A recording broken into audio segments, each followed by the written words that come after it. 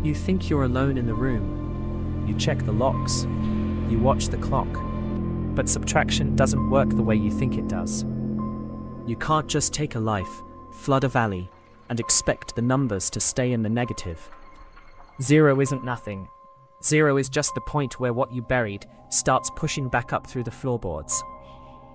Welcome to halfway between 0. Let's check the transmitter. The clock on the studio wall didn't tick. It just seemed to bleed the seconds away in absolute silence. 3:04 a.m. 26 minutes left of my shift. 26 minutes of trapped static and recycled coffee. And then I could finally lock up the concrete bunker we called a broadcasting booth and drive back home through the black flatlands of the valley.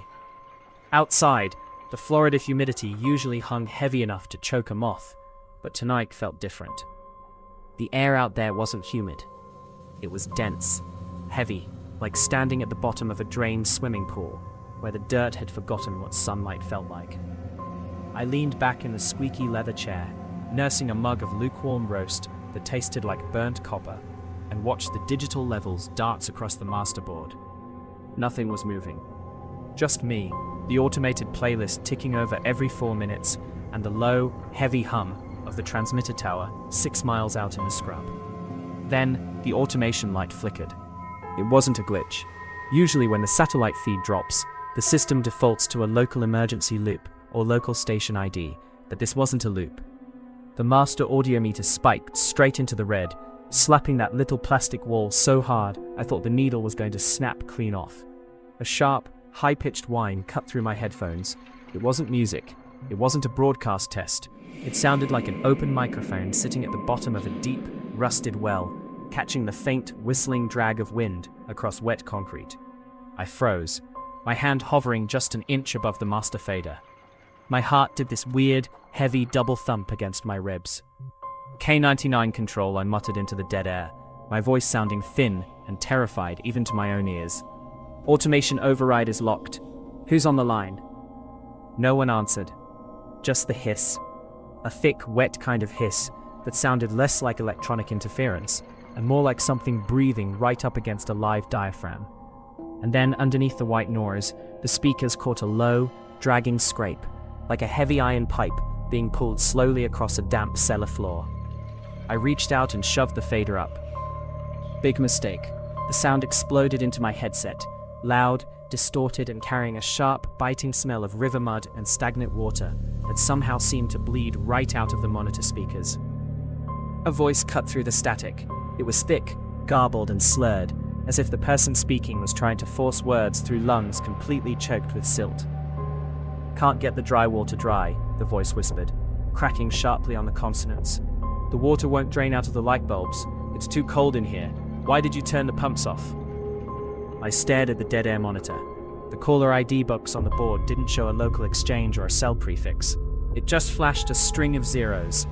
And right out there in the dark, 6 miles away in the flood basin where the old township of Blackwood used to sit before they drowned it for the reservoir, something down in the mud picked up a phone. My thumb hovered over the kill switch, the plastic toggle cold under my sweat-slicked fingerprint. All I had to do was snap it down, cut the live feed, dump the auxiliary lines, and pretend the past 3 minutes were just an auditory hallucination from too much burnt coffee and midnight quiet. Instead, I couldn't move. My hand felt welded to the desk, while the VU meters throbbed with that slow, heavy pulse. Thump, hiss, drag. The sound of wet gravel shifting filled the studio. It came through the monitor feed with a sharp clarity, as if someone, or something, was standing right outside the reinforced glass window, dragging a heavy, waterlogged boot through the damp mulch. Except the station was built on an elevated concrete slab, 3 miles off the nearest paved road. There were no flower beds out there, just scrub oak, sawgrass, and the absolute dark of the river basin. I swallowed hard, tasting copper and panic. I slid the headphone cup half off my left ear, trying to separate what was coming through the monitors from the physical room around me. Absolute silence in the room, just the steady hum of the overhead HVAC vent. Back in the headphones, the water noise grew louder, the distinct sound of heavy boots wading through knee-deep marsh water, fighting against thick, clinging mud. The floorboards are warping, a voice muttered. It was closer now, the microphone picking up a wet rattling in the throat behind the words. Every time we try to sleep, the ceiling starts to sweat. It tastes like iron. The caller ID screen flickered violently, replacing the zeros with a digital artifact. Station 04, Blackwood Sub-Exchange. Active. Blackwood. The name hit my chest like a physical blow. 20 years ago, the state finished the massive earthen dam 12 miles downriver, bought out the tiny logging township of Blackwood, and opened the sluice gates.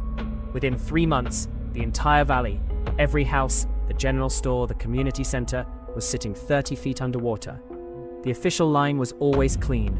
Everyone had packed up. County records showed 0 casualties. Every title was signed off. Every resident relocated safely to higher ground. So why did the voice in my headset sound like it was drowning right now? I leaned into the mic, my voice shaking so badly I barely recognized the pitch. "Who is this?" I demanded. "Give me an exchange number.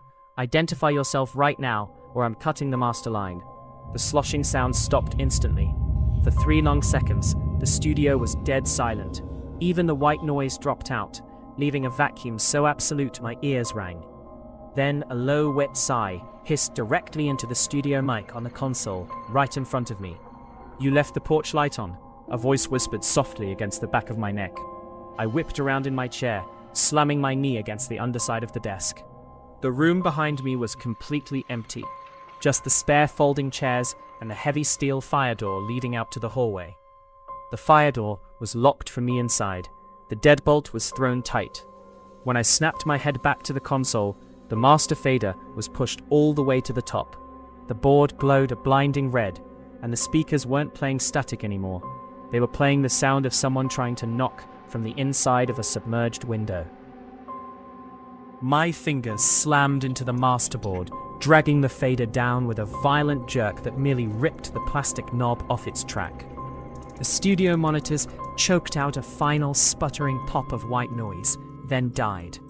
The silence that rushed back in to fill the room wasn't peaceful. It was heavy, wet, and thick, pressing against my eardrums like the air pressure right before a summer squall in the Everglades.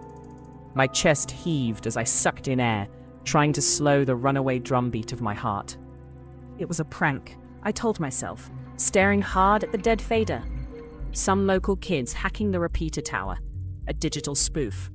Except repeater towers don't carry the smell of stagnant river silt and rotting cypress roots. I stood up, my legs feeling like lead weights, and walked over to the heavy glass window of the booth. Outside in the main office area, the emergency weather radio sat silent on the counter.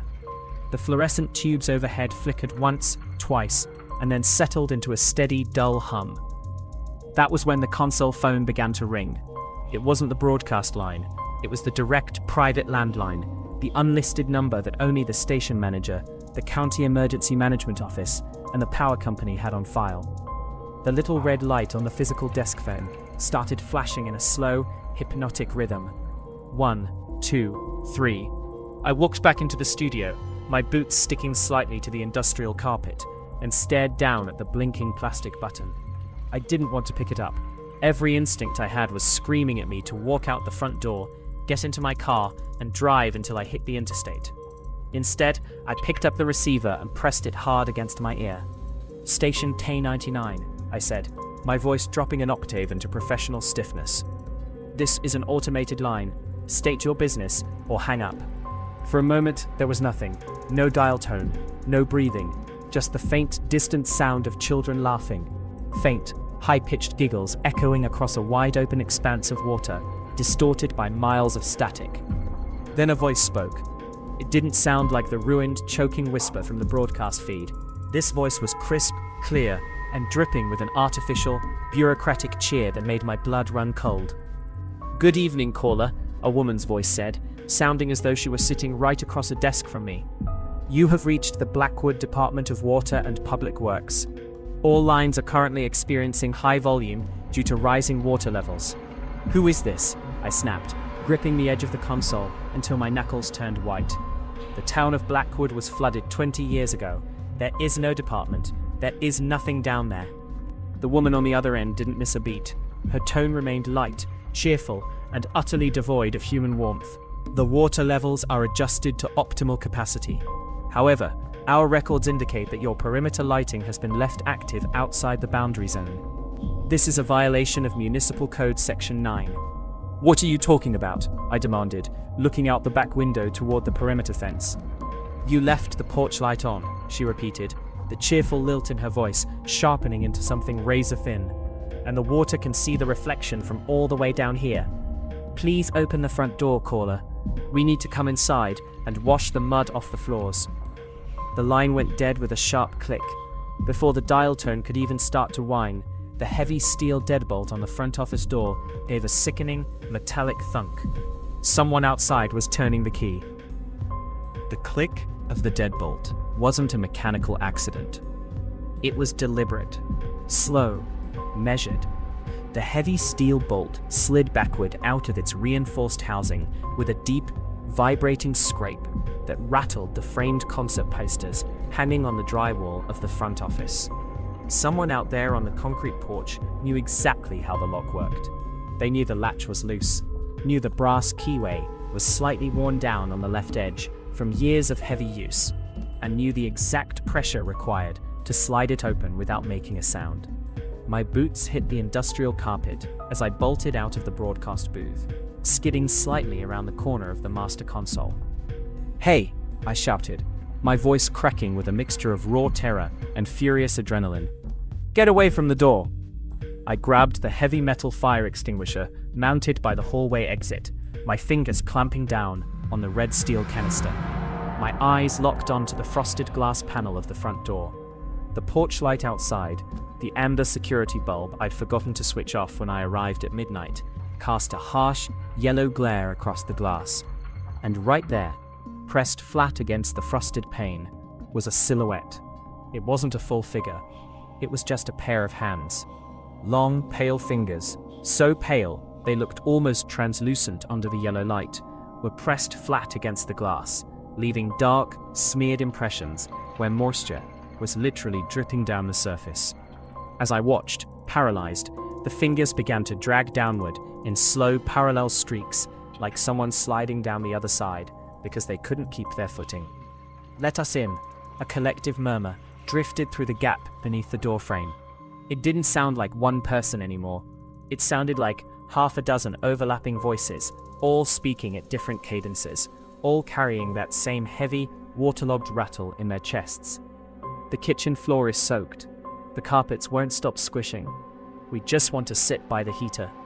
"The station is closed," I yelled, lifting the heavy fire extinguisher and bracing my feet against the floor. "Turn around, or I'm calling the sheriff." A low, wet chuckle rattled back through the gap. It was a terrible bubbling sound, like air escaping from an overturned bucket, sinking into a deep river bend. "The sheriff's office is under 9 feet of water, caller," the voice whispered, the sound sliding right along the baseboard, as if the speaker were kneeling just an inch from the door. "Sheriff Miller hasn't checked his mail since 1998. Don't you remember? You helped us vote to close the valley." A sharp wave of dizziness hit me behind the eyes. 1998. That was the year the Blackwood Reservoir project was finalized. But I was just a kid back then, 10 years old, living 3 counties over. I had never even heard of Blackwood until I took this late-night graveyard shift at K99 3 months ago. So why did the voice in my head suddenly flash with a strange, impossible memory?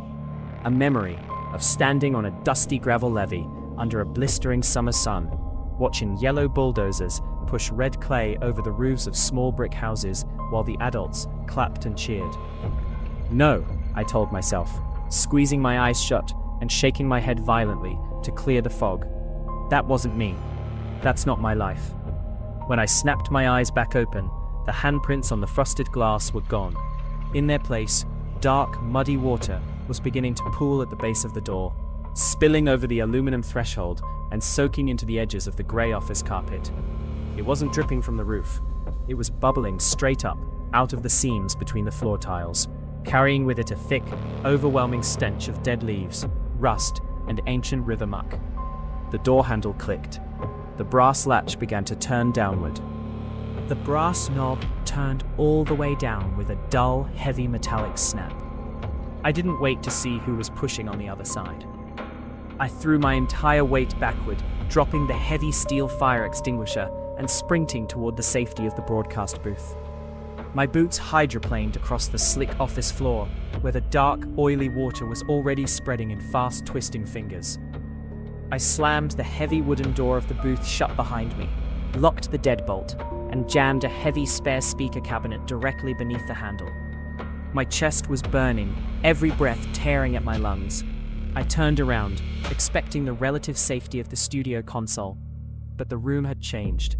The cold, clinical blue light from the monitors was gone. In its place, a sickly amber-yellow glow washed through the windows from the hallway. The water wasn't just pooling in the front office, it was rushing beneath the door in a foaming stream, cascading over the threshold and pooling around the heavy base of the audio racks. "It's getting into the walls," a wet, bubbling voice whispered right beside my ear. I jumped, stumbling backward into the master console. The voice wasn't coming from the speakers or the phone line. It was coming from the air vent set high into the acoustic tiling of the ceiling. I craned my neck upward. A thick, dark trickle of mud and stagnant water was weeping out of the metal slats of the vent, dripping straight down onto the mixing board with a slow plop, plop, plop.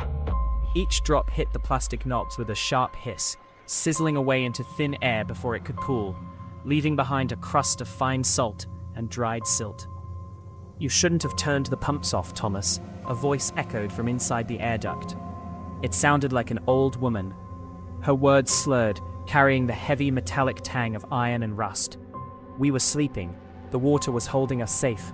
Now the silt is drying out in our teeth. "My name isn't Thomas," I shouted back, my voice breaking into a jagged panic as I backed away toward the corner of the room.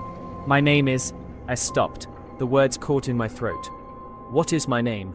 For a fraction of a second, a blinding spike of vertigo hit my brain. I remembered the station ID and the shift schedule taped to the wall.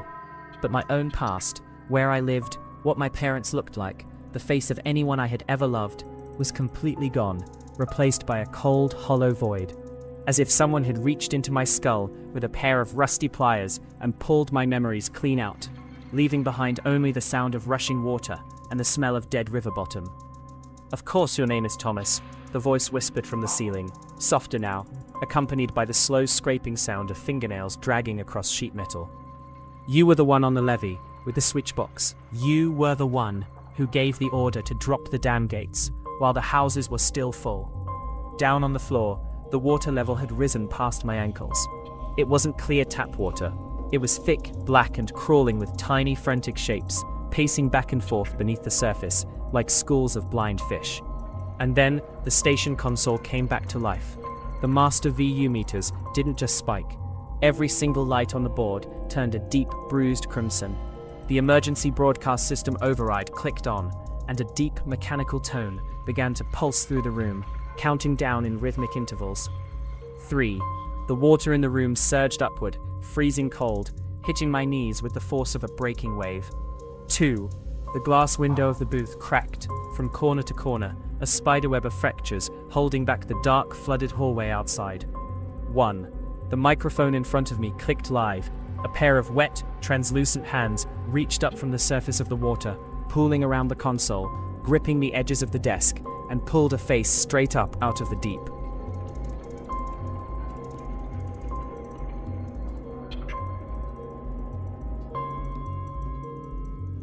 The skin wasn't skin anymore. It had the smooth, bloated translucence of a deep-sea creature, left too long in a dark vat of brine, stretched thin and wet across a skull that had no business holding human features. Its eyes were wide, milky white globes that didn't reflect the red glow of the console lights, absorbing the color instead like oil sinking into a sponge. Water dripped in thick, unbroken ropes from its matted hair, splashing against the master faders with a frantic, rhythmic tapping. "So cold, Thomas," it breathed. The sound didn't come from a throat. It rattled up from the hollow cavity of its chest, bubbling through a mouth that stayed fixed in a wide, jaw-cracking grin filled with grey river silt instead of teeth. "You forgot to lock the cellar door." The water came up so fast, the curtains didn't even have time to catch fire. I couldn't scream. My lungs felt like they had been packed solid with wet clay, refusing to draw in a single drop of air. My hands gripped the edges of the rolling chair, my knuckles pressing so hard against the cracked vinyl that the plastic frame groaned under the pressure. I wanted to run, but my boots were anchored. Looking down through the black, oily water swirling around my shins, I saw them. Dozens of pale, swollen fingers wrapping tightly around my ankles, cold as river ice, pinning my heels to the concrete floor. They weren't pulling down yet. They were just holding me steady, making sure I didn't miss a single second of what was coming next. The creature leaned further over the console, its chest pressing flat against the glowing red VU meters. A low electronic whine began to build inside the studio speakers. Not feedback, but a steady, rising tone, like a heart monitor flatlining at the end of a long, agonizing shift. "You told us it was for the greater good," another voice whispered. I whipped my head toward the corner of the booth. Standing knee-deep in the water by the equipment rack was a small boy, his oversized raincoat dripping dark, brackish puddles onto the carpet. His face was pale, his lips tinted a faint, bruised blue, and his tiny hands clutched a rusted tin toy truck that leaked a thin trickle of red rust into the water. "You told us the sirens meant we had plenty of time to pack," the boy said, his voice terrifyingly calm, carrying the innocent cadence of a child reciting a schoolbook lesson. But the water came through the floorboards first. It tasted like batteries and old iron. My shoes wouldn't float. "I didn't do it," I choked out, the words finally breaking free from my raw throat in a desperate, cracked rasp. "I wasn't even here. I wasn't born when Blackwood flooded." The creature leaning over the console let out a wet, bubbling laugh. The sound scraped against my eardrums like dry sandpaper. "Time is just another pipe, Thomas." Its milky white eyes locking onto mine with a terrifying, ancient certainty. "Once you turn the valve, it flows everywhere at once. You've been sitting in this room since 1998. You just forgot to check the water meter." The console in front of me flickered violently. The digital clock above the door, the one that had read 3:04 a.m. for what felt like an eternity, suddenly began to spin backward in a furious blur of green numbers. 0303, 0302, 0259, 112, 000. The lights in the studio didn't just flicker, they blew out all at once with a series of sharp, stinging pops, plunging the room into absolute pitch-black darkness. And in the sudden, suffocating dark, the sound of rushing water grew deafening, a roaring wall of liquid weight crashing through the walls, filling my ears, my mouth, and my lungs, until there was nothing left of the station, the night shift, or the world outside except the cold, heavy dark of the reservoir floor. The dark didn't feel like empty space. It felt dense, heavy, and freezing cold, packed tight against my skin like wet wool pressed directly over my face. I tried to gasp, to suck in a frantic breath of air, but my mouth filled instantly with a thick, metallic taste that burned the back of my throat like swallowed battery acid. There was no sound of the console, no hum of the HVAC vent, no scratching at the fire door, just the low, rhythmic thrumming of pressure, thousands of tons of dark, stagnant water holding me completely still in a space where up and down had long since ceased to matter. Then, a sharp, piercing beep cut through the blackness. Beep, beep, beep. My eyes snapped open. The glare of the overhead fluorescent tubes hit my retinas like a white-hot needle, making my head throb with a vicious, blinding spike of pain. I choked, coughing violently as a lungful of dry, stale air rushed into my chest. My hands clawed wildly at the surface beneath me, sliding across smooth, polished wood. I was sitting in the swivel chair. The desk was bone dry. The carpet beneath my boots was clean, grey, and completely free of water. I stared down at my hands, shaking so hard my fingers could barely clench into fists. My clothes weren't soaked. My shins weren't pinned by cold, dead fingers. I raised my head slowly, my heart hammering like a trapped bird against my ribs, and looked up at the digital wall clock. 3:04 a.m., the exact same minute, the exact same second. "No," I whispered, my voice cracking into a high-pitched manic squeak. "No, no, no, that didn't. I was underwater. I heard them." I reached out with a trembling hand and slammed my palm down hard onto the masterboard, trying to kill the power strip, trying to rip the cables out of the wall. But my fingers froze the second they brushed against the plastic fader knobs. The master automation light flickered. It wasn't a glitch. It was the exact same sequence, repeating with the mechanical precision of a loop running on an infinite tape reel. A sharp, high-pitched whine cut through the studio monitors.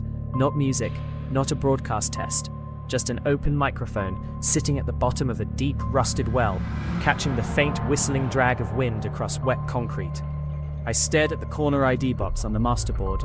The string of zeros blinked back at me, and from the speakers, right through the heavy, dead air of the booth, came that slow, dragging scrape of heavy boots moving across damp gravel. Thump, hiss, drag. The phone line clicked open. A wet, rattling voice whispered straight into the active monitor feed, carrying the unmistakable chill of someone drowning in an enclosed space. ...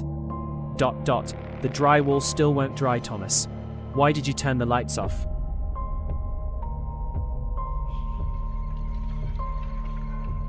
My fingers slipped on the plastic knobs as I tried to force every single fader down.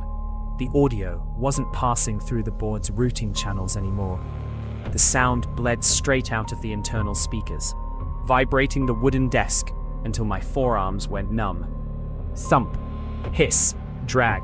The sound was closer now. Not 6 miles away in the reservoir basin, right beneath the floorboards, scraping against the underside of the concrete slab. I threw myself out of the chair, hitting the floor hard. The carpet wasn't wet, but the smell was unmistakable. Heavy, sulfurous muck and rotting oak leaves. Get out of my head, I muttered, crawling backward until my shoulders hit the metal equipment rack. You wrote the program, Thomas, a voice whispered from the darkness beneath the console. I whipped my head around. Tucked away on the bottom shelf, half hidden behind old tapes, sat a thick, black, leather-bound ledger. I had never seen it before. The cover was warped, cracked, and stained with salt and river mud. My hands shook as I pulled it out. The pages were damp, clinging together like wet paper from a sunken safe. I forced the cover open. Every page was filled with a cramped, frantic script. March 14, 1998, the top page read. The water board cut the power to the North Levee today. The town thinks we're draining the swamp. They don't know the valves open inward. I flipped a page, tearing the wet paper. May 2nd, 1998. Station K99, constructed on the ridge. Thomas assigned as lead operator. Keep the emergency broadcast loop running, so the things in the basin think someone is watching.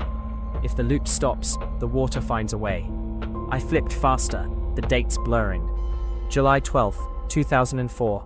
I tried to leave, walked 3 miles down the road, but the trees moved inward until the road turned back on itself. The clock says 3:04 a.m. It always says 3:04 a.m. October 19, 2012. The water is inside the walls. They call me Thomas. I don't remember my real name anymore. The final entry wasn't written in ink. It was pressed into the wet paper with a dark stain of mud. Right beneath it, a fresh word glistened under the harsh lights.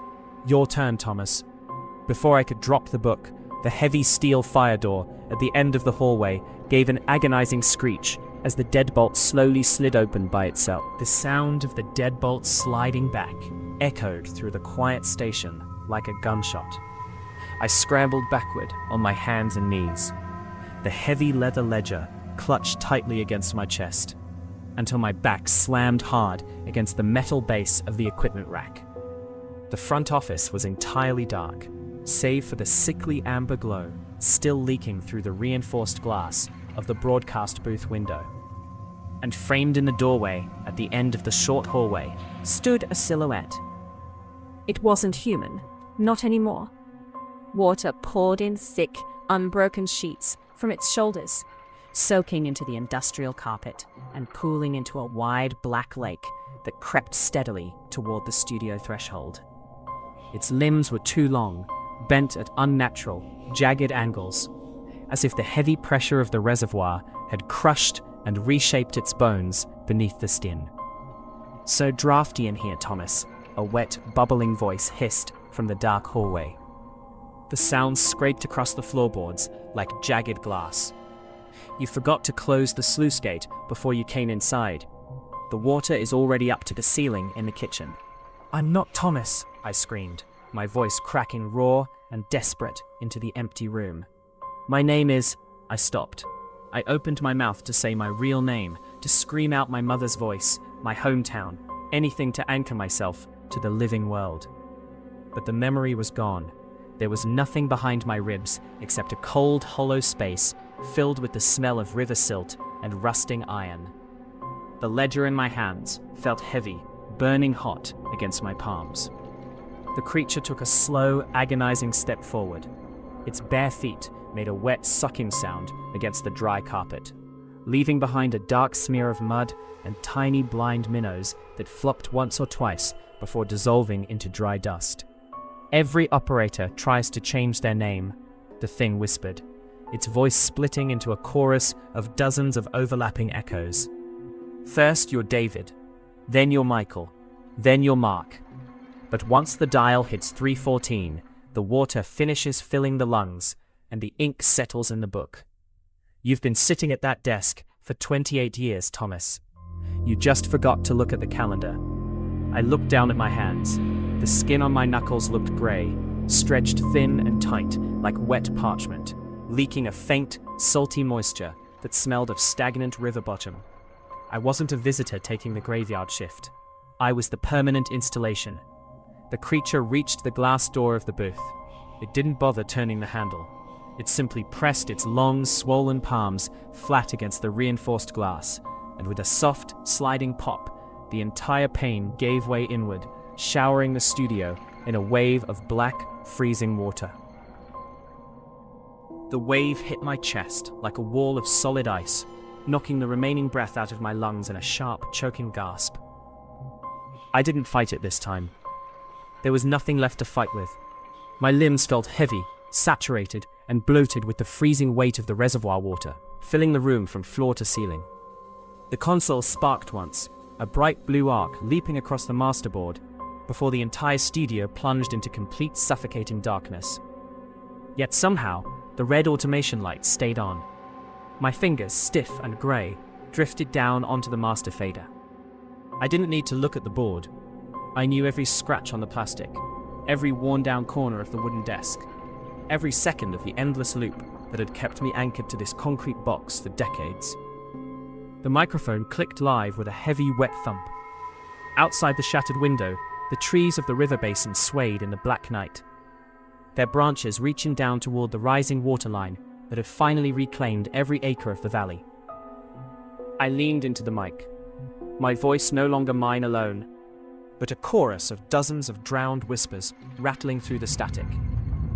"This is K99, I murmured, the words slow and dripping with silt as the water rose past my chin, covering my mouth, filling my throat, and settling deep inside my chest where the air used to be. Signing off for the night. Stay tuned, the water is coming in through the vents." The red light flickered twice, then held steady. On the console, the digital clock stopped blinking its numbers. The colon between the digits froze in place, glowing faintly through the dark water. 3:14 a.m. And across the flat, black expanse of the valley, 6 miles out in the scrub, a single porch light flickered on.